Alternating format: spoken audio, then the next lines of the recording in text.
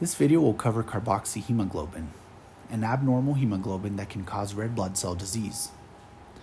To anchor ourselves, we have a car that's made out of cardboard box, and it's right next to a red spherical ball. Where are this baby's parents? That's not safe.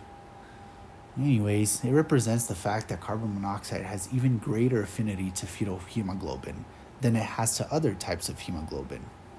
And I know the baby isn't a fetus, but hey, work with me on this one, okay? And what's that random large vase doing there? It represents vasodilation, which is a downstream effect of carbon monoxide. Carbon monoxide is directly toxic to intracellular oxidative mechanisms, and it increases nitric oxide. As we know, nitric oxide causes vasodilation.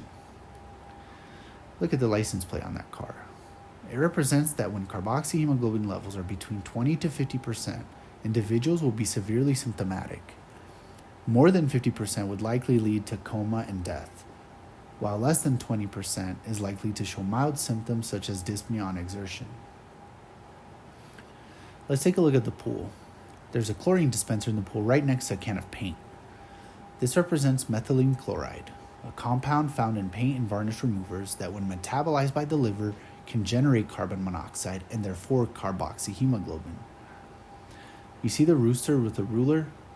Or you could even say it's a cock with a ruler? That represents co-oximetry, the method by which carboxyhemoglobin can be measured. Co-ox sounds like cock, and metry just means measurement, which the ruler does. Oh man, it looks like the car is releasing some exhaust gases even though it's a cardboard box car. This represents carbon monoxide poisoning, which often happens as a result from engine exhaust exposure, fires, indoor heaters, and stoves, especially in unventilated areas such as a closed garage. Moving on to the girl standing tall on that jumping board and the ox hanging out in the other pool. This represents how carboxyhemoglobin can be calculated by a method called the oxygen gap, which is simply the difference between pulse oximeter oxygen saturation and arterial blood gas oxygen saturation. The ox reminds us of pulse oximeter, and our girl, who for our purposes we'll call Abigail, reminds us of arterial blood gas, or ABG. You can tell there's a good distance, or you could say gap, between Abigail and the ox, and this should help us remember a gap between the pulse oximetry and arterial blood gases. We made it to the last prompt, finally.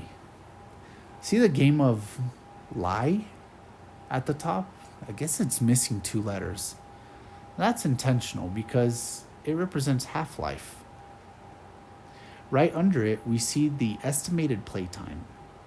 6 hours in a room represents that the half-life for carbon monoxide is 6 hours at room temperature. Or, give it 100% oxygen, you can finish the game in 1 hour. In other words, at 100% oxygen saturation, the half-life of carbon monoxide is 1 hour, which means this is the primary way of treating these patients.